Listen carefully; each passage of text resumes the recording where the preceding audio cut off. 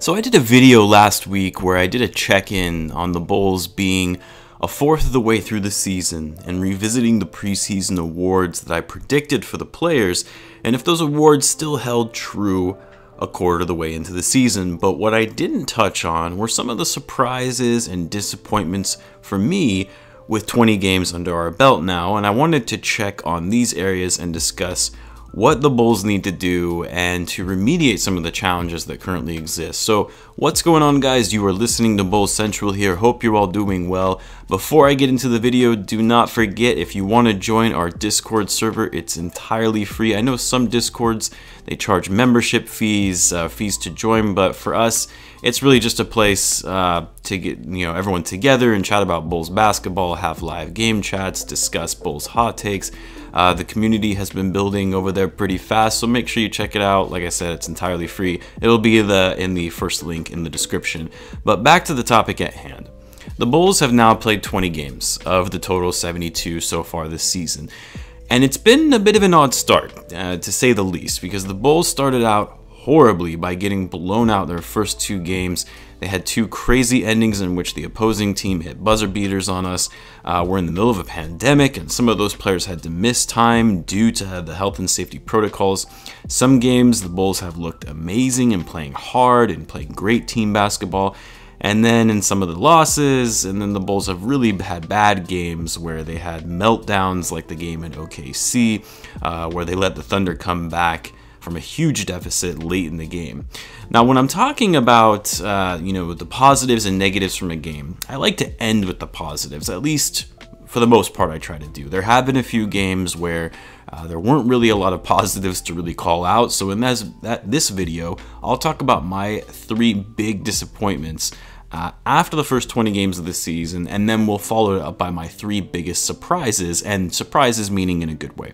So first of all, what's been disappointing this season? And I'm sure as Bulls fans, no matter how biased you are, or even if you're a glass half full type personality, there are things we can all agree have been disappointing about the Bulls season thus far. First off, turnovers for the Bulls. And I feel like I've talked about this so much on the channel that you guys are probably getting sick of it. So I won't belabor the point any further, too much anyway. But I've been pretty shocked at how bad the Bulls have been in taking care of the ball. Now, they've improved to an extent more recently, but averaging 16.4 turnovers per game, good enough for worst in the league, and that's even worse than last season. And they were pretty bad at committing turnovers last year as well, averaging 14.6. To put it into context, the Bulls haven't had or been this bad at turning the ball over since before drafting Derrick Rose. Now, I understand they have a new coach who plays a very different style of basketball than what they were used to seeing last year,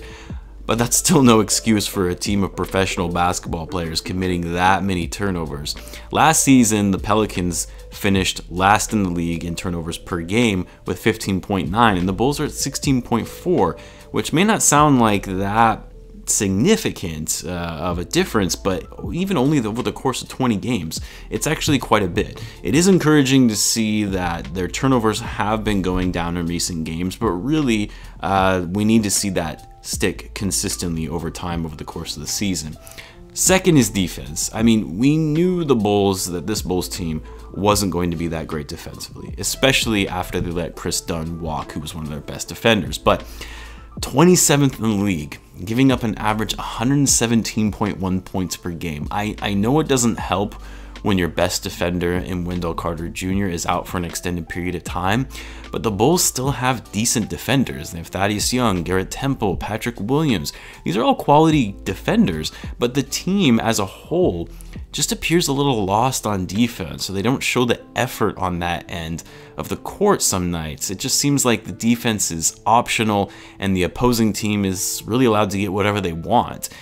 And even for the guys that aren't known to be that great defenders, I would love to see just a little more effort. I mean, we've seen that Lauri Markkanen, he's actually been improving his defense. We've seen that a little bit from games here and there. Levine has been decent with one-on-one on the ball defense, but just loses focus on off the ball defense, missing switches, not following his man, and it leads to opposing teams getting easy buckets. Kobe White, same thing. Like, I get that these guys aren't defenders, but at least some effort needs to be had. Some hustle on that end would go a long way. So I know the lack of defense for the Bulls may not be necessarily surprising, but I think the reason I consider this to be a disappointment is because it's been worse than I expected. And I've been disappointed in just their overall general effort on that end of the floor. So I really hope to see that that will improve. And then finally, the last disappointment. And this one might be a little strange, but if you saw my bold predictions video before the start of the season, you saw that one of my bold predictions was that Otto Porter would have a standout season and average more than 16 points per game. Now, this was a bold prediction, so I knew going in that it was a bit of a stretch, but I figured Otto coming back from being out most of last season, and that he's playing in a contract year this year. By the way, he's only 27. It's not like he's in his mid-30s, so he still has enough time and enough left in him for another long-term contract. And I've said it before, he's a good player. He's just overpaid. And figured, based on all of this, that he would want to show to the league and fans who just see him as an okay player on a terrible contract, that he was in fact at least, to some extent worth close to the money that he was given by the Wizards that now the Bulls have. Now, the way Otto started out this season, I thought my bold prediction was actually going to come true. He was averaging close to 16 points per game, especially once he took over the starting spot when Markkanen had to miss some time from the health and safety protocol. But then, of course, he injured his back. He's been really in and out of the lineup ever since. And when he has played, he's just been a bit of a non-factor. I mean, his most recent game, he didn't have a single field goal in 18 minutes of play. He's now averaging 11.6 points per game. I'm not saying he's been bad. He's actually been a solid piece for the Bulls coming off the bench with the exception of the past week or so. I just really thought he was going to come out strong this season, hopefully stay healthy and be a big piece in helping this team get to the playoffs. But maybe I was a little bit too optimistic on that point.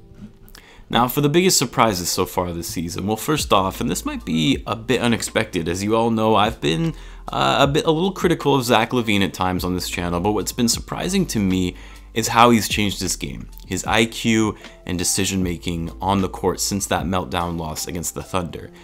Now, last game, he was kind of up to his old tricks, but my hope is that that was a bit of an isolated incident. And the reason this has been a surprise to me was because I was all but about to write off Levine. Yeah, if you'd been watching the videos leading up to that Thunder loss, I was essentially giving up on Levine ever being that franchise player that you build around. But ever since, he started playing much better, being a better playmaker and focusing more on the team and playing team ball than just trying to fill the stat sheet and playing hero ball. I just didn't expect that drastic of a shift in Levine's play after that loss. Again, hoping that the last game against the Knicks and some of the questionable shots that he was taking was just isolated, and that was just an isolated game, and he'll be back to what we saw over the last couple weeks.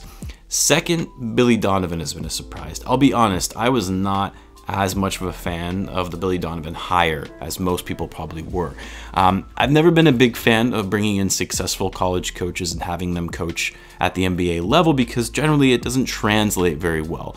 Now, I did expect, that he would be leaps and bounds better than Jim Boylan, I'll say that.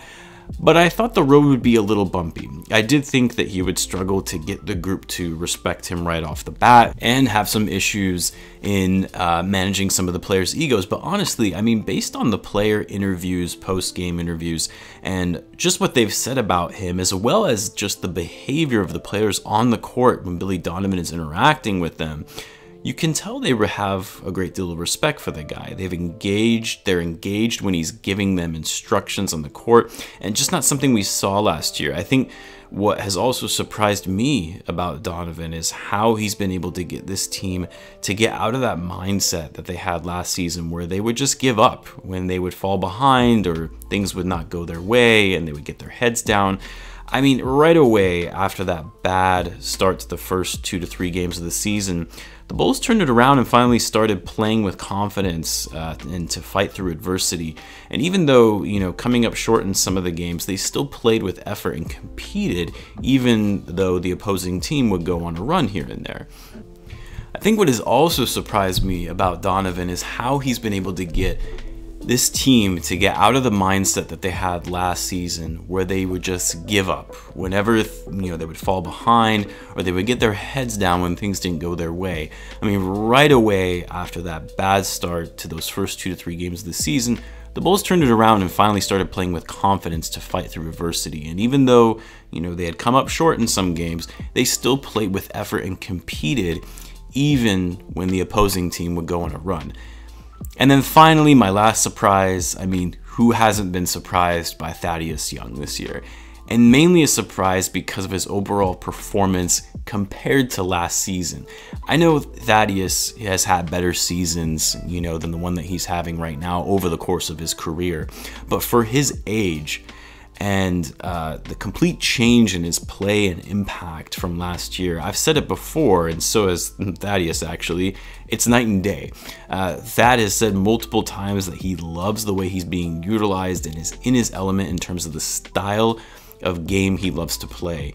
At the age of 32, he's been shooting the best field goal percentage he's had throughout his whole career, and he's averaging the most assists per game in his career at 4.3 for a guy that's never really been known to be a playmaker. And the most assists per game he's ever even come close to, and averaging that much in his career, is 2.8 per game back in 2015. Now, if you'd asked me before the season, what if I told you Thaddeus Young would be the Bulls' best player coming off the bench, I would have said, well, that sucks if Thaddeus Young, of all people, is the best one to be coming off the bench, but he has been incredible in terms of his playmaking, his defense, and veteran leadership and presence in late game situations.